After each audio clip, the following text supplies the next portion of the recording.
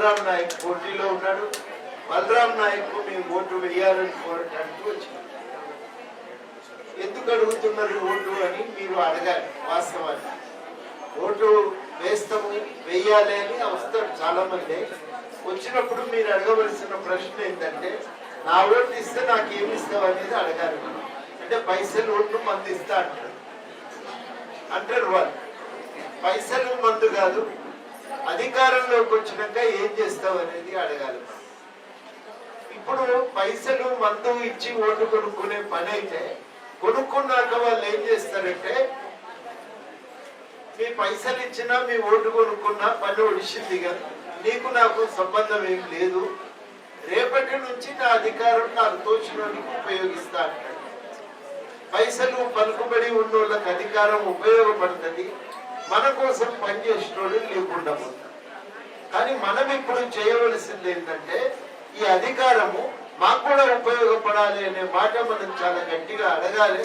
ఈ అధికారం మాకు కూడా ఉపయోగపడాలనేటువంటి మాట మనం నిర్ణయం చేసుకొని ఖచ్చితంగా ఒక మాట మనం చెప్పాలి.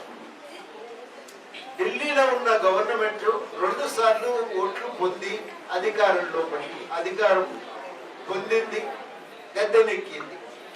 2 సార్లు గద్దెనెక్కినటువంటి ప్రభుత్వం కంపెనీలకు చేసినటువంటి లాభం ప్రజలకు చేయలేదు. నీకెట్లేరుక అని నన్ను అడగచ్చు, నాకు కూడా ఎరకలేదు మొన్నటిదాకా. కానీ చాలా మంది పెద్దల్ని, అసలు ఢిల్లీ కూడా ఓట్లు వస్తున్నాయి కదా, మనం మంచి చెడు ఢిల్లీ గురించి కూడా నిర్ణయం తీసుకోవాలి కదా, ఏం చేస్తే బాగుంటుంది, ఢిల్లీ పాలన ఎట్లా నడిచింది, ఏం జరిగింది చెప్పమని అడిగినాం. వాళ్ళు చాలా విషయాలు మాకు చెప్పిండ్రు. ఒక రోజంతా పాఠాలు పెట్టుకుంటే మాకు చాలా విషయాలు చెప్పింది. అది విన్నాక ఒక నిర్ణయానికి రావడం జరిగింది. ఢిల్లీ ప్రభుత్వము పెద్ద సేట్లకి, అంబానీ అదానీ లాంటి పెద్ద సేట్లకు తవ్వి పెట్టినంతగా మనటువంటి సాధారణమైన ప్రజల కోసం వాళ్ళు చెయ్యలేదు. సాధారణమైన ప్రజలకు చెయ్యలేదనే మాట ఎందుకంటున్నానంటే, ఈ మధ్యన కొత్త ట్యాక్స్ మోడీ వచ్చిన తర్వాత తీసుకొచ్చిండు, దాని పేరు జిఎస్టి. జిఎస్టి పన్ను మామూలు వస్తువుల మీద అన్నింటి మీద వేసింది. నేత కార్మికులు బట్టనేస్తే దాని మీద కూడా జిఎస్టి. మీరు పాలు పొట్లంలో నింపి అమ్మితే దాని మీద కూడా 5% జిఎస్టి. పాలు మరగబెట్టి తోడేసి పొట్లంలో నింపి అమ్మితే దాని మీద కూడా జిఎస్టీనే. అల్లం వెల్లిగడ్డ నూరి ముద్దను పొట్లంలో నింపి అమ్ముకుంటే దాని మీద కూడా ట్యాక్స్, ప్రతి దాని మీద కూడా ట్యాక్స్. పెట్రోల్ మీద డీజిల్ మీద కూడా ట్యాక్స్ వేసిండ్రు, రేట్లు పెరిగినాయి. ఆ రేట్లు పెరగటంతో 60 రూపాయలు ఉన్న డీజిల్ ఇవాళ దాదాపుగా 100 రూపాయలకు పోయింది. అదే విధంగా పెట్రోల్ 100 పైకి ఉన్నది. సార్, ఈ ధరలు పెరగటంతో జరిగిన ఒక నష్టం ఏంటంటే, మనకు వ్యవసాయము మనం చేసేటువంటి వాళ్లకు ట్రాక్టర్ కిరాయిలు పెరిగాయి. ట్రాక్టర్ కిరాయిలు మాత్రమే పెరగలేదు, ఎరువుల ధరలు కూడా పెరిగినాయి. ఈ 10 ఏళ్లలో ఎరువుల ధరలు పెరిగినాయి, ఈ 10 ఏళ్లలో ట్రాక్టర్ కిరాయిలు పెరిగినాయి. కానీ ఈ 10 ఏళ్లలో మనం అమ్మేటువంటి పంట మీద మాత్రం ధరలు పెరగలేదు. మనం కొనే వాటి ధరలు పెరుగుతున్నాయి, మనం అమ్మే వస్తువుల ధరలు పెరుగుతలేవు. వ్యవసాయము మీ పంట ధరలు పెరుగుతలేవు, పంట కొట్టలేదు. ఆ పంట కొట్టున్నప్పుడు దానికి ఉన్నటువంటి ధర, మన ఎరువుల ధరలు పెరిగినట్టు, ట్రాక్టర్ కిరాయిలు పెరిగినట్టు వాటి ధర పెరుగుతలేదు. అందుకని ఏమైతున్నదంటే, మనం పండించిన పంటకు ధర రాకపోయేసరికి ఖర్చులు ఎక్కువైతున్నాయి, పెట్టుబడి ఎక్కువైతున్నది, ఆదాయం తక్కువైతుంది. ఈ ఆదాయం తక్కువ కావడంతోనే ఇవాళ వ్యవసాయం నడవలేని పరిస్థితి. ఎటువంటి వాళ్ళు కూడా వ్యవసాయం ఆపాలనే ఆలోచనే తప్ప ఈ వ్యవసాయం చేయాలనే ఉద్దేశం లేదు. మగ పిల్లలు వ్యవసాయం చేస్తేనైతే పిల్లలు ఇచ్చినోడు కూడా దొరుకుతారు. ఇవ్వాలి, కాలం అట్లా అయిపోయింది. ఈ వ్యవసాయం చేసి ఏం సాగుతాడు అనే బాధ ప్రజలకు, అమ్మాయిలకు వచ్చేసి. ఒక్క ఇదే కాదు, చాలా రకాలైనటువంటి సమస్యలు మనకి ఇవాళ దేశంలో తలెత్తినాయి. అందులో ఒక ముఖ్యమైనది ఏంటంటే, చాలా కంపెనీలని ప్రభుత్వం, గవర్నమెంట్ కంపెనీలను అమ్ముతున్నారు. అమ్ముకోవడం వల్ల ఆ గవర్నమెంట్ కంపెనీ ఉంటేనేమో రిజర్వేషన్లు ఉంటాయి, అందరికీ నౌకర్లు దొరుకుతాయి. గవర్నమెంట్ కంపెనీలు అమ్మేసిన తర్వాత ఉద్యోగాలు దొరకవు. రైల్వేలో చాలా ఖాళీలు ఉన్నాయి, కానీ ఆ రైల్వేలో ఏం చేస్తున్నారంటే చాలా పనులు కాంట్రాక్టర్లకు అప్పచెప్పారు. వంట వండి సప్లై చేసే పని కాంట్రాక్టర్ ఇచ్చింది. ఇదివరకు దాంట్లో పనికి చాలా మంది కాంట్రాక్ట్ ఉద్యోగులు, రెగ్యులర్ ఉద్యోగులు పనిచేసి ఇప్పుడు అందరినీ తీసిపారేసి ఆ కాంట్రాక్టర్ అప్పచెప్తే ఆయన పనిలో పెట్టుకొని ఇస్తున్నాడు. ఆ జీతాలు తక్కువ ఉన్నాయి, ఆ జీతాలు మనకు సరిపడా లేవు. ఇట్లా ఉద్యోగాలు పోయినాయి, ఉద్యోగాలు దొరుకుతలేవు. ఇవన్నీ కూడా జరుగుతూ ఉంటే పెద్ద సేట్లకు మాత్రం చాలా లాభాలు దొరికినాయి. ఈ అమ్మే కంపెనీలన్నీ వాళ్ళకే అప్పచెప్పారు. ఈ ధరలు పెంచడం ఎందుకు పెంచారంటే వాళ్ళ సొంత పెట్రోల్ కంపెనీలు ఉన్నాయి, వాళ్ళకు మాత్రం లాభం దొరుకుతుంది. ట్యాక్స్ మనకు అమ్మే వస్తువుల మీద ట్యాక్స్ ఉన్నది, కానీ వాళ్లకు వచ్చేటువంటి పన్ను, వాళ్ళ మీద వేసిన పన్ను మాత్రం తగ్గించారు. అందుకని ఏమైతున్నది, ఇవాళ ఈ సేట్లకు ఆదాయం బాగా పెరిగిపోయింది. అదానీ అనేట ఆయన ఆదాయము 25,000 కోట్ల నుంచి 1,50,000 కోట్లకు పెరిగింది. అంబానీ అనేట ఆయన ఆస్తి 1,50,000 కోట్ల నుంచి అది 1,00,000, తప్పు చెప్పిన నేను లెక్క, అదానీ ఆదాయం 25,000 నుంచి 7.5 లక్షల కోట్లకు పెరిగింది. అంబానీ ఆస్తి 1.5 లక్షల కోట్ల నుంచి 7.5 లక్షల కోట్లకు పెరిగింది. వాళ్ళ ఆదాయాలు అయితే పెరిగిపోయినాయి, కానీ ప్రజలకు దక్కుతున్న ఆదాయం మాత్రం పెరగట్లేదు. ఇవాళ మొత్తం భారతదేశంలో పేదరికంలో అతి తక్కువ ఆదాయం దొరుకుతున్న దిగువన ఉన్న 50% మంది ప్రజలు, అంటే సుమారు 50 కోట్ల మంది ప్రజలు. 50 కోట్ల మంది ప్రజలకు దేశ సంపదలో వాళ్లకు 6.5% మాత్రమే దక్కుతుంది. పైసలు ఉన్న పెద్ద సీట్లు ఉన్నారు కదా, వాళ్లకు 1% మంది, అంటే సుమారు వాళ్లకు 9 లక్షల మంది, వాళ్లకు మాత్రం ఒక్కొక్కరికి 40% ఆదాయంలో వాళ్ళకు వాటా దొరుకుతుంది. వాళ్లకు ఈ రకంగా తేడాలు ఉన్నాయి. పైసలు ఉన్న వాళ్ళకి ఆదాయం ఎక్కువ వస్తున్నది, పైసలు లేని వాళ్ళకి ఆదాయం తక్కువ వస్తున్నది అనే లెక్కలు కూడా మనం తేల్చాం. ఈ చెప్పటం వల్ల ఇవాళ మోడీకి ఒక ఆలోచన ఏమొచ్చిందంటే అందరూ సమానంగా లేరు, అందరూ సమానంగా కావాలని మనలాంటి వాళ్ళు అడుగుతున్నారు. రైతులు ఢిల్లీలో ఆందోళన చేశారు, మా రైతులకు కూడా న్యాయం జరగాలని ఆందోళన చేస్తే అప్పుడు ఢిల్లీ ప్రభుత్వం రైతుల ఆందోళనకు వాళ్ళకు కేసులు పెట్టి పంపింది, కానీ వాళ్ళకు న్యాయం చేయలేదు. ఇవాళ మనం అడుగుతున్న ప్రశ్న ఏంటంటే మా అందరికీ కూడా రాజ్యాంగం ప్రకారం న్యాయం జరగాలి, సమానంగా చూడాలి, సమానంగా అవకాశాలు దొరకాలి, సమానంగా పంపిణీ జరగాలని మనం అడిగితే గవర్నమెంట్ ఏమంటుందంటే పెద్ద సెట్లకు లాభం చేస్తే మీకు న్యాయం జరుగుతుంది. ఆయన మీ పంట కొంటాడు, ఆయన మీరు పండించిన పంట పెద్ద సెట్టే కొంటాడు, నేను కొనా. కాబట్టి ఆయనకు లాభం చేస్తేనే మీకు లాభం అవుతుంది. ఆయనకు పెద్ద పీట వేయదలుచుకున్నా, ఆయనకు ఒక ముద్ద ఎక్కువ పెట్టదలుచుకున్నా, ఆయనకు సౌకర్యాలు సౌలతులు కల్పించదలిచినా మీకేం ఉండవు. ఆయన వల్ల మీకు లాభం జరుగుతుంది కాబట్టి నేను ఆయనకే పెడతా అనేది ఇలా వాళ్ళ మాట. అందుకని పెద్ద సెట్లకు లాభం చేసే ఆలోచనతో గవర్నమెంట్ ఉన్నది. వాళ్లకు ధాన్యం కొనే అవకాశం ఇస్తారు, దాచుకునే అవకాశం ఇస్తారు. వాళ్ళు ధరలు పెరిగినాక ఎక్కడంటే అక్కడ అమ్ముకునే అధికారం ఇస్తారు వాళ్ళకి. కానీ మనకు అవకాశం అనేది రాదు. వాళ్ళే స్కూళ్ళు పెడతారు, వాళ్ళే కాలేజీలు పెడతారు, వాళ్ళే దవాఖానాలు పెడతారు. వాళ్ళు పెడితే వాళ్ళకు లాభం జరిగితే మీకు కూడా ఇన్ని ఊడ్చే కాడ తూడ్చే కాడ మీరే ఉంటారు కదా, మీకు వచ్చే నష్టమైంది అని ఇవాళ గవర్నమెంట్ చెప్పేటువంటి మాట. మనం ఏమంటున్నామంటే ఈ అసమానతల వల్ల ప్రయోజనం లేదు. అందరికీ సమానంగా అవకాశాలు కావాలంటే గవర్నమెంట్ అందరికీ చదువు చెప్పాలి, అందరికీ వైద్యం కల్పించాలి, అందరికీ సహాయం అందించాలని చెప్పి మనం అడుగుతున్నాం. వ్యవసాయంలో 2 పద్ధతులు ఉన్నాయి.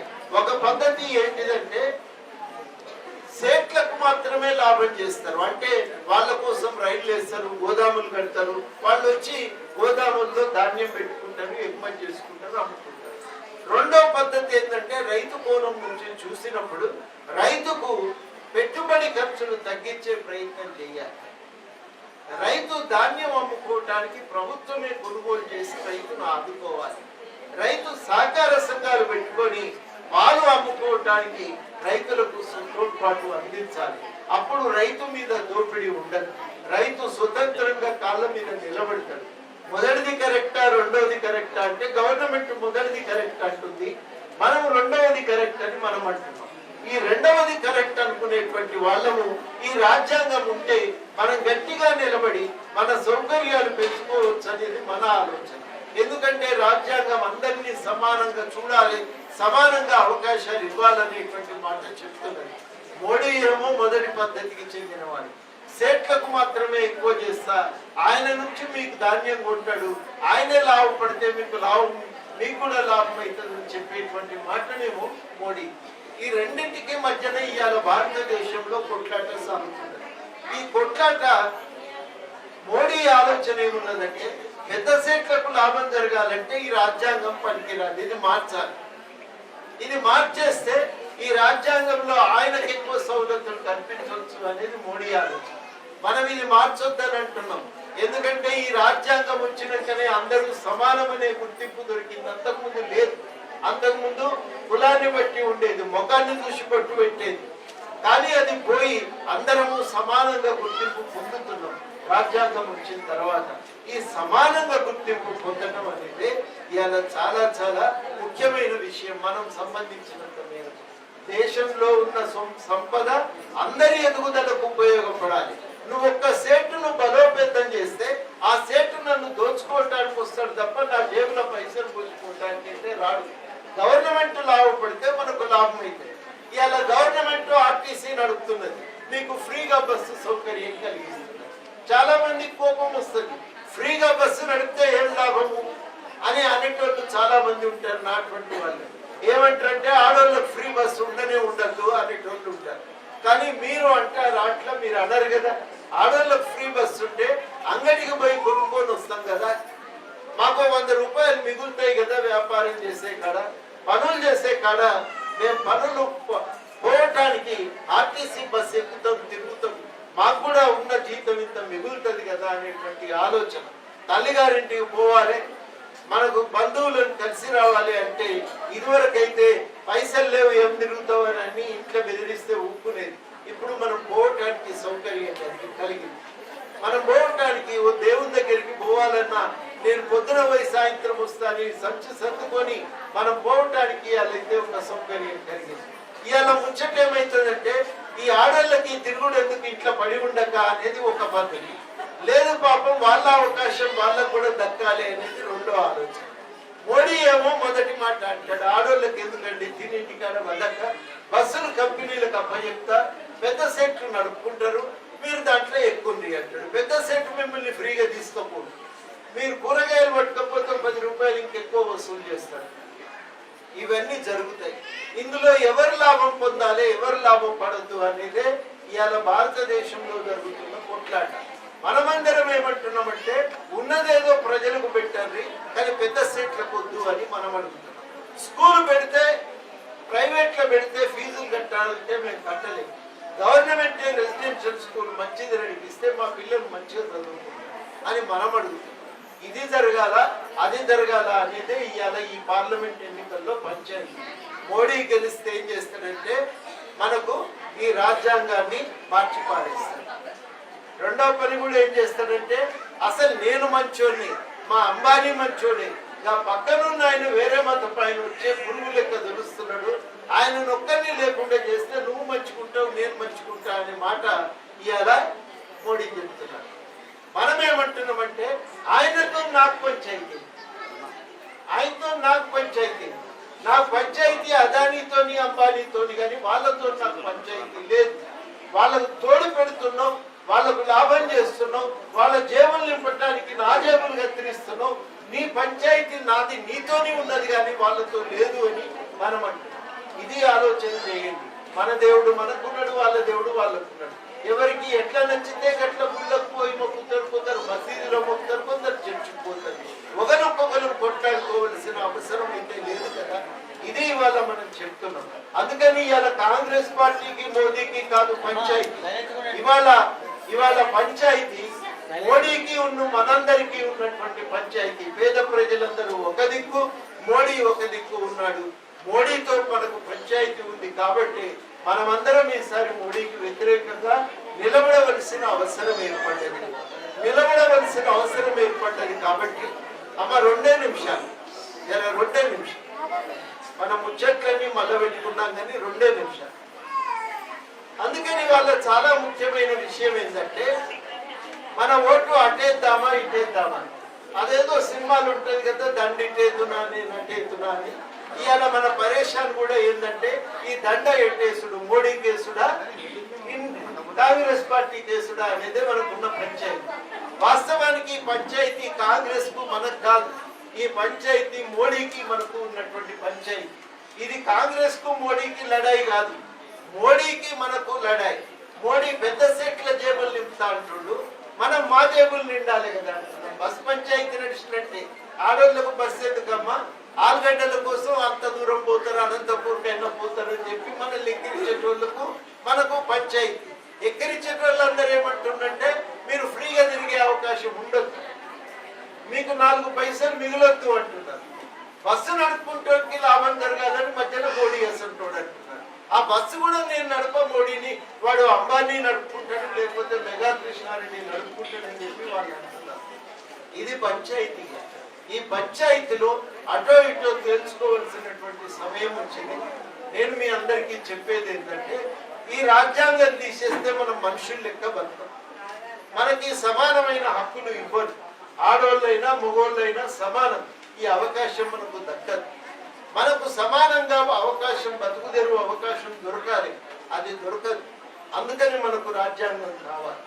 మోడీకి రాజ్యాంగం వద్దు, పెద్ద సెట్లకు తోడిపెట్టడానికి ఇది అడ్డం పడుతున్నది కాబట్టి దాన్ని తీయాలనేది మోడీకి ఉన్న ఆలోచన. ఇవాళ ఈ రెండింటి నడుమ పంచాయతీలో మోడీ ఓడిపోవాలి అంటే మనం యువతల కాంగ్రెస్ కు ఓటు వేయడం మనకు ఇవాళకి అవసరం. అందుకని మీ అందరికీ నేను చెప్పేది ఏంటంటే ఈసారి ఎన్నికల్లో కాంగ్రెస్ కి ఇద్దాం. అలా ఎవరున్నారని కాదు, చేయి గుర్తుకు ఓటేస్తుంది. అంతే ఇక మనకున్నటువంటి ఆలోచన అవసరం. దాన్ని దృష్టిలో పెట్టుకోవాలని మీ అందరినీ కూడా కోరుతున్నా. ఇప్పుడు ఇక మేము ముచ్చట చెప్పుకుంటాం. నేను కూడా ఇంకా